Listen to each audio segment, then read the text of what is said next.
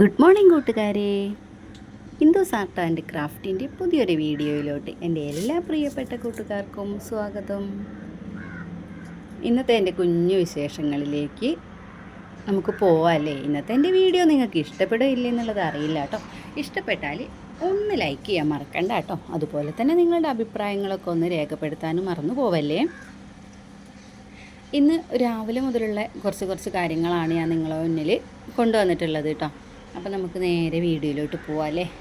ഒന്ന് രാവിലത്തെ കുറച്ച് പണികളൊക്കെ അങ്ങനെ തീർന്നതിന് ശേഷമുള്ള കാര്യങ്ങൾ വെച്ചിട്ടാണ് ഞാൻ തുടങ്ങുന്നത് കേട്ടോ. അപ്പോൾ ദേ വേറൊന്നും അല്ല കേട്ടോ, ഞാൻ അങ്ങോട്ടും ഇങ്ങോട്ടും നടക്കാൻ തുടങ്ങിയിട്ട് കുറേ നേരമായിട്ടുണ്ടേ. അപ്പോൾ അങ്ങനെ ദേ നമ്മളൊന്ന് അങ്ങോട്ട് ഇറങ്ങി. പിന്നെ നമുക്ക് ദേ ബക്കറ്റുകളും കാര്യങ്ങളൊക്കെ ഒന്ന് കഴുകാനും കാര്യങ്ങളൊക്കെ ഉണ്ടായിരുന്നു കേട്ടോ. അപ്പോൾ നമ്മൾ വെള്ളം തീരുന്ന ആ ഒരു ടൈമിൽ വേഗം കൊണ്ടുവന്ന് കഴുകുകയാണ് ചെയ്യുന്നത്. അപ്പോൾ നമുക്കിതൊന്നും അങ്ങോട്ട് കഴുകിയെടുക്കാം.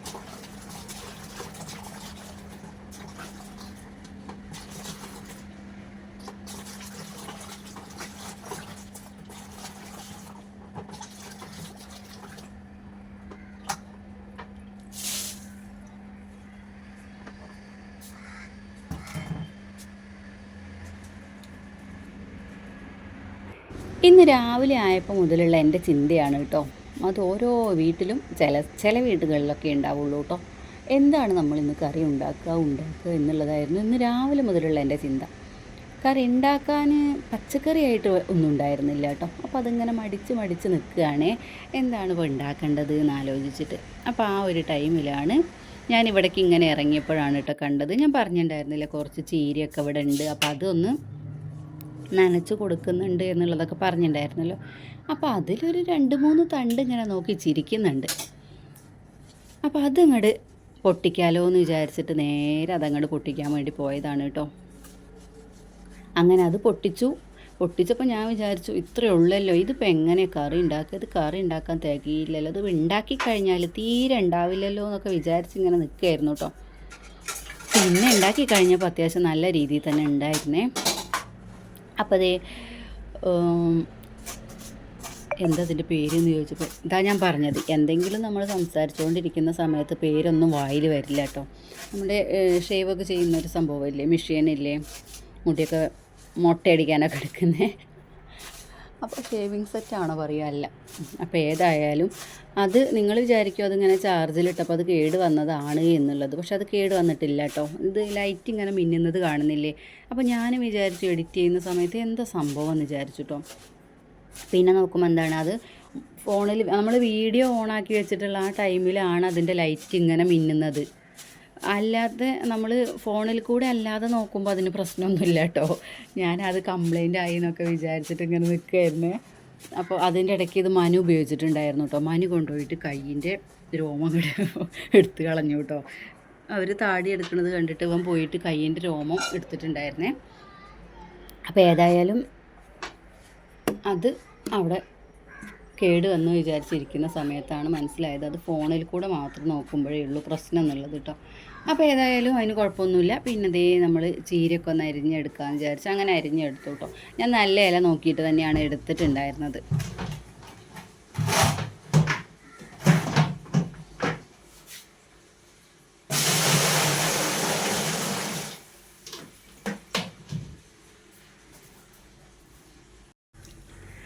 അങ്ങനെ പിന്നെ നമ്മുടെ വെള്ളം നിറയ്ക്കലൊക്കെ കഴിയുന്നുണ്ട് കേട്ടോ. അപ്പോൾ അതേ കണ്ടില്ല, അരിഞ്ഞ് കഴിഞ്ഞ് പിന്നെ ഞാൻ കുറച്ച് മഞ്ഞൾപ്പൊടി ഇട്ടിട്ട് കഴുകി എടുത്തിട്ടുണ്ടായിരുന്നു കേട്ടോ. പിന്നെ ഒന്നും കൂടി കഴുകിയിട്ട് നമ്മൾ അത് താളിപ്പ് പോലെ ഉണ്ടാക്കുക ചെയ്തിട്ടുണ്ടായിരുന്നത്. അപ്പൂസിന് അങ്ങനെ ഉണ്ടാക്കുന്നതാണ് ഇഷ്ടം കേട്ടോ. അപ്പൂസിന് അരച്ചിട്ട് കറി ഉണ്ടാക്കിയാൽ അവൻ കഴിക്കും. പക്ഷേ ഈ താളിപ്പ് ഉണ്ടാക്കുന്ന ഒരു ടൈമിൽ ഇതിനൊരു പുളി ഉണ്ടല്ലോ.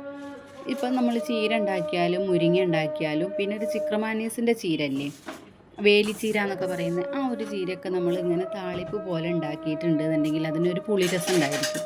അപ്പം അങ്ങനെ ഉള്ളത് അവനിങ്ങനെ കുടിക്കും കേട്ടോ. നമ്മൾ ചോറിൽ അല്ലാതെയും അവനിങ്ങനെ ഒറ്റയ്ക്ക് എടുത്തിട്ട് വേണമെന്ന് പറയും. അങ്ങനെ ഒറ്റയ്ക്ക് എടുത്തിട്ട് അതിൻ്റെ കറിയൊക്കെ ഇങ്ങനെ കഴിക്കാറുണ്ട്.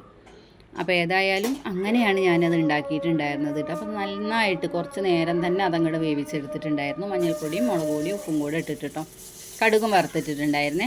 പിന്നെ നമുക്ക് കുറച്ച് പപ്പടം കാച്ചിയെടുക്കാനുണ്ടായിരുന്നു. അപ്പോൾ അങ്ങനെ ദേ നമ്മൾ പപ്പടവും കാച്ചിയെടുത്തു. പിന്നെ കുറച്ച് മീൻ ഫ്രിഡ്ജിലിരിക്കുന്നുണ്ടായിരുന്നു. അപ്പോൾ ഞാൻ കുറച്ച് നേരം മുന്നേ ആയിട്ട് അത് വെച്ചിട്ടുണ്ടായിരുന്നു.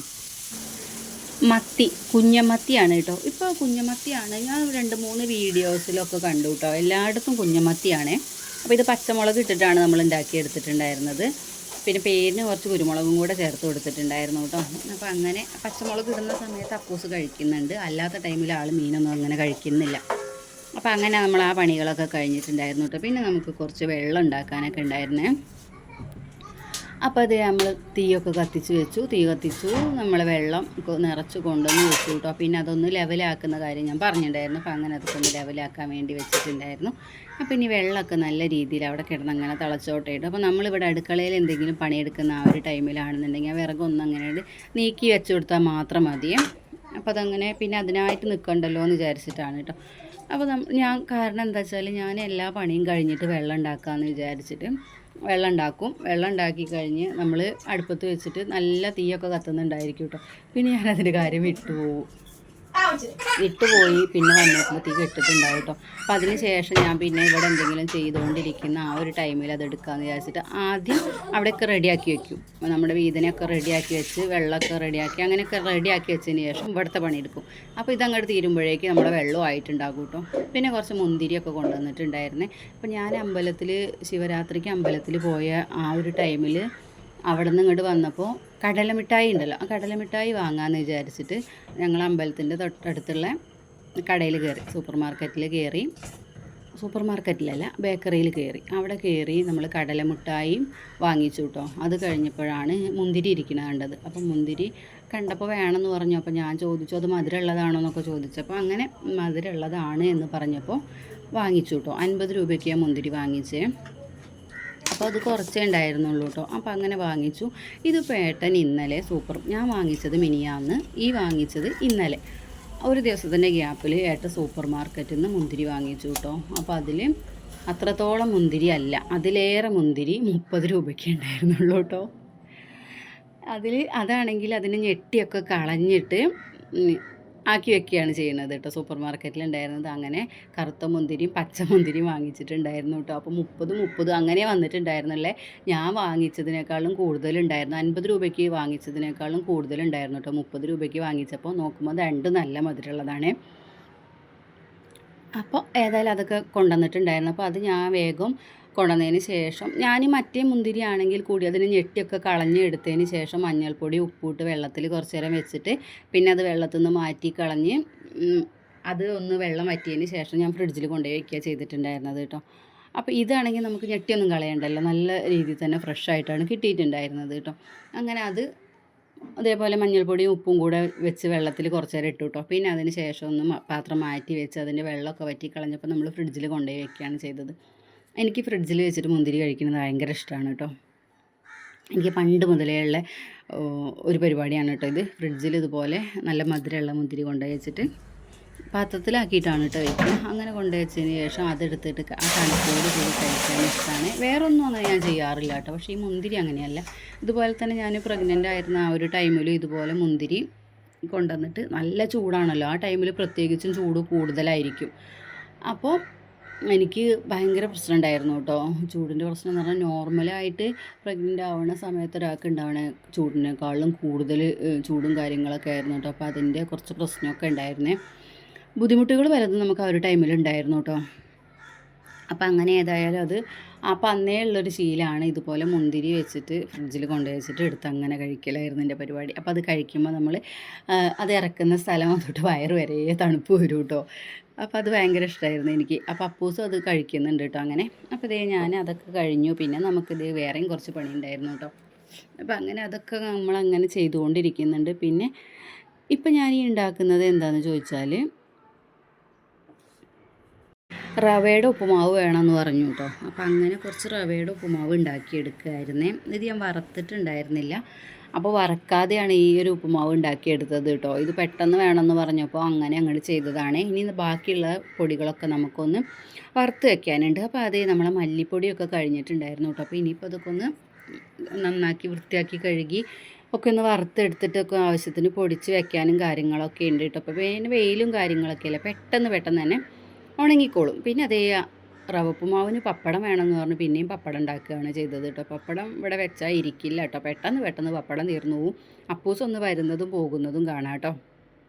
പിന്നെ അതേ പേപ്പറൊക്കെ എടുത്തുകൊണ്ട് നോക്കുന്നുണ്ട്. അപ്പോൾ അതിൻ്റെ കുറച്ച് വിശേഷങ്ങൾ ഞാൻ നോക്കുമ്പോൾ ഈ പേപ്പറിൽ ഫുള്ള് ഒരു ഭാഗം ഈ നോട്ടീസിൻ്റെ ഒരു ഭാഗം ഫുള്ള് കാരക്കയും അതുപോലെ ഒരു ഭാഗം ഫുള്ള് ചിക്കൻ, മട്ടൻ, പിന്നെന്താണ് ബീഫ്, ഇത്രയും കാര്യങ്ങളൊക്കെയാണ് കേട്ടോ. അപ്പോൾ ഞാനതിങ്ങനെ കണ്ട് വെള്ളമിറക്കിക്കൊണ്ടിരിക്കുന്നുണ്ട്. അപ്പോൾ ഇന്നത്തെ എൻ്റെ വീഡിയോ എന്ന് പറഞ്ഞാൽ ഇത്ര വിശേഷങ്ങളൊക്കെ ഉണ്ടായിരുന്നുള്ളൂ കേട്ടോ. അപ്പോൾ ഇത്ര നേരം എൻ്റെ വീഡിയോ കണ്ടിട്ട് സപ്പോർട്ട് ചെയ്തിട്ടുള്ള എല്ലാ കൂട്ടുകാർക്കും ഒത്തിരി ഒത്തിരി നന്ദിയുണ്ട്. തുടർന്ന് നിങ്ങളുടെ സപ്പോർട്ടൊക്കെ ഉണ്ടാവണം. അതുപോലെ തന്നെ കഴിഞ്ഞ വീഡിയോയിൽ എന്നെ സപ്പോർട്ട് ചെയ്തിട്ടുള്ള ഒത്തിരി കൂട്ടുകാരുണ്ട് കേട്ടോ. അപ്പോൾ എല്ലാവർക്കും ഒത്തിരി ഒത്തിരി നന്ദി. തുടർന്ന് നിങ്ങളുടെ സപ്പോർട്ട് ഉണ്ടെങ്കിൽ മാത്രമേ എനിക്ക് മുന്നോട്ട് പോകാൻ പറ്റുള്ളൂ. അപ്പോൾ നാളെ നമ്മൾ പുതിയൊരു വീഡിയോ ആയിട്ട് വരാം. അതുവരെ എല്ലാവരും സുഖമായിട്ട് സന്തോഷമായിട്ട് ഇരിക്കുക. ബായ്.